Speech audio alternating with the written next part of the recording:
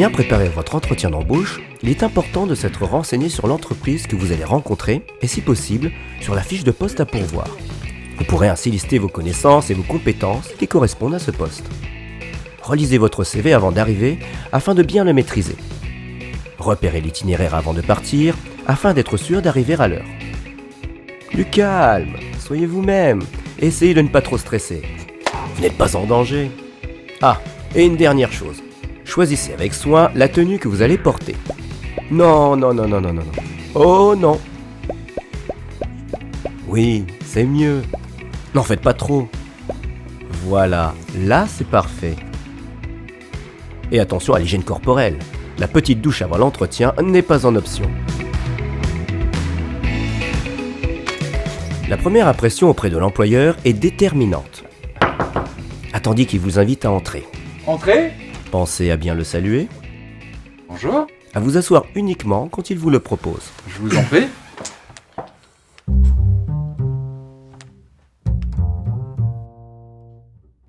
Tenez-vous droit. Et surtout, pas de téléphone portable. Pensez à couper la sonnerie. Pas de cigarette sur l'oreille. Pas de chewing-gum dans la bouche. Non, encore moins sous la table. Allez, regardez bien l'employeur dans les yeux. Et souriez. Non, pas trop quand même. Voilà, très bien. Pouvez-vous vous présenter brièvement ? Marque souvent le début d'un entretien. Il faut être à la fois rapide, concis. Pourriez-vous vous présenter? Bien sûr, ouais, je m'appelle Marc. Bon, pas trop rapide non plus. Une bonne présentation peut durer entre 3 et 5 minutes maximum. Quelle est votre formation? Moi j'ai baccalauréat ES 2002, mention AB, études de licence d'histoire de 2000. Évitez de répéter le contenu de votre CV. Développez plutôt. Pourriez-vous me parler de votre première expérience, s'il vous plaît? Ma première expérience, c'était avec Laetitia, la fille de la voisine de la maison de campagne de mes parents. Et à l'époque, j'étais jeune, hein, j'avais 14 ans. Vous avez le droit de dire que vous n'avez pas compris la question. Qu'est-ce que vous entendez par première expérience Je parlais de l'expérience professionnelle. Ah, professionnelle, bien sûr. Écoutez, ma première expérience professionnelle, c'était en tant que jardinier paysagiste. Est-ce que vous êtes allé voir sur notre site internet notre activité? Oui. Effectivement, c'est un très beau site. Je vous félicite d'ailleurs, parce que vraiment, ça met bien en avant le... Oui, il y avait des belles photos d'ailleurs sur le site. J'ai beaucoup aimé l'architecture. Derrière cette question, le recruteur peut tester votre franchise. Soyez le plus honnête possible. Alors, je suis absolument navrée. Je n'ai pas eu le temps, là, d'aller consulter le site internet de l'entreprise, mais je ne manquerai pas de le faire. Je suis désolée. Je connais un peu votre entreprise, mais je ne suis pas allée sur le site, je dois vous l'avouer. Est-ce que vous pourriez me dire ou me lister vos expériences professionnelles, s'il vous plaît? Oula, vous avez du temps? Alors, j'ai commencé vendeuse en boulangerie. Ensuite, j'étais fleuriste. Menuisier, maçon. Ce qu'on appelle du babysitting. J'ai promeneuse de chiens également et de chats. Directeur de ressources humaines. Ensuite, community manager. J'ai été guide de montagne également. J'ai fait un petit peu de plomberie. Faites le tri parmi vos nombreuses expériences. Sélectionnez uniquement les éléments les plus pertinents par rapport au poste que vous convoitez. J'ai fait également, À trop vouloir en dire, on peut bâcler la présentation des expériences. Il faut en détailler 2 ou 3 en étant concret. Ensuite, j'ai travaillé dans le prêt-à-porter, alors pour une grosse enseigne, mais alors là, je me suis barrée vite fait, bien fait, parce que la patronne était une elle était hyper autoritaire, on avait le droit de rien faire, c'était 2 minutes de pause par heure travaillée. Ne critiquez surtout jamais vos anciens employeurs ou vos anciens collègues. Ça n'est pas très correct et ça peut laisser entendre à l'employeur que c'était vous qui étiez la source du conflit dans l'entreprise. Comment ça se passe d'ordinaire avec la hiérarchie dans vos expériences? Ça se passe bien? Ouais. Bon. Et n'oubliez pas de donner de vraies réponses à votre interlocuteur. Développez. J'ai ma mère qui est tombée malade, hein. Mon papa n'étant plus là, je me suis dit, il faut que je m'occupe de ma mère. En plus, elle a au moins 4 chiens, donc entre ma mère, les chiens, les chats que j'ai, mes gosses, ça a été une horreur quand même pendant 3 ans. J'ai perdu mon permis de conduire. C'est pas de ma faute. Très sincèrement, j'y étais pour rien. J'avais à peine 1 gramme quand les flics m'ont arrêté. J'étais tout à fait en capacité de conduire. Sauf que pour la police, retrait de permis, plus de voiture, plus rien. Donc du coup, pour se déplacer, pour aller chercher du travail... Ne vous apitoyez pas sur votre sort et évitez de donner trop de détails sur votre vie personnelle.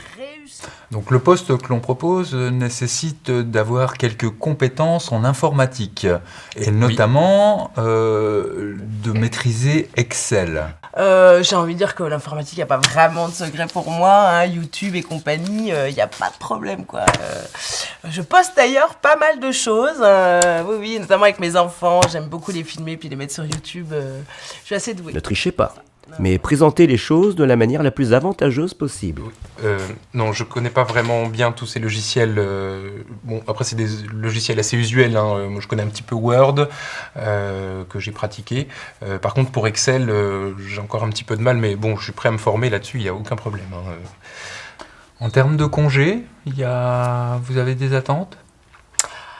Ah, alors oui, parce que il se trouve qu'on part tous les ans à la Baule pendant 3 semaines au mois de juin. Et c'est vrai que du coup, mon mari ne peut pas poser ses vacances mois de juillet, mois d'août, c'est très compliqué avec son entreprise. Donc du coup, moi, c'est vrai qu'il me faut absolument 3 semaines au mois de juin. Et ça, j'en démordrai pas, quoi. Essayez dans la mesure du possible d'être conciliant avec l'employeur et avec vos futurs collègues. Il me semble que dans toute entreprise, on s'arrange entre collègues.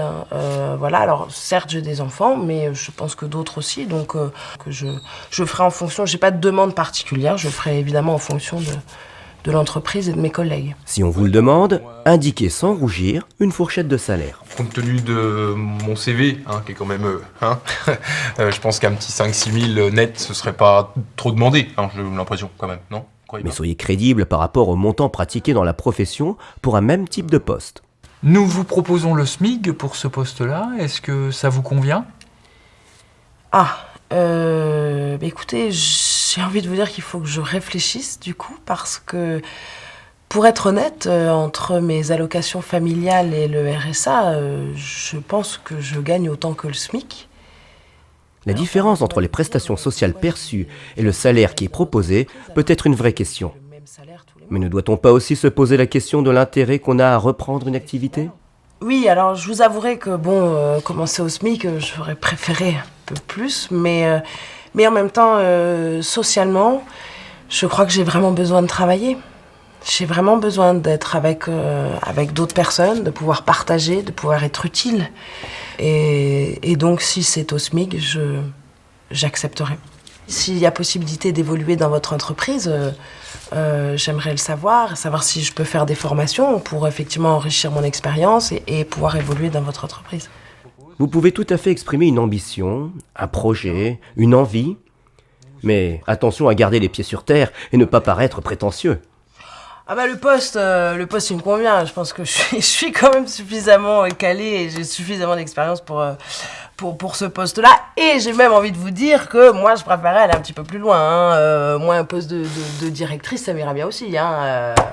Je pense que j'ai la carrure, j'ai la stature et j'ai tout ce qu'il faut pour voilà quoi. Donc ce poste-là c'est un petit peu un tremplin quand même. Hein. Faut être honnête pour aller plus haut quoi. Avant de vouloir aller plus haut, vous pouvez déjà proposer à l'employeur de faire vos preuves pour la mission qu'il vous propose. Si vous voulez, moi, ce que je peux vous proposer, c'est de me prendre à l'essai pendant 1 mois ou 2 mois, et puis comme ça me permet de vous prouver ma valeur, et puis si vous n'êtes pas satisfait, eh bien, je suis prêt à m'en aller. Bien. Écoutez, nous ne manquerons pas de vous rappeler. Ah ouais. Eh bien, nous vous rappellerons. Ok. Ça va, j'ai bien... Ce que je vous Plutôt propose, c'est plutôt de vous rappeler. Voilà. Me rappeler. Voilà, me je rappeler. vais déjà échanger. Oui, on me le dit souvent, ça. Merci. Hein. Faites le point avant de partir pour savoir qui reprendra contact.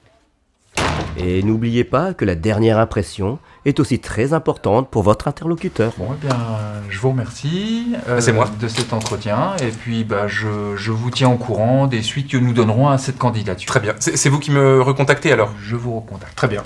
Je vous remercie beaucoup. Eh bien, écoutez, je vous en prie. Je vous souhaite une bonne fin de journée. Merci Au plaisir. pareillement. Au revoir, À bientôt. au plaisir. Au revoir. Merci.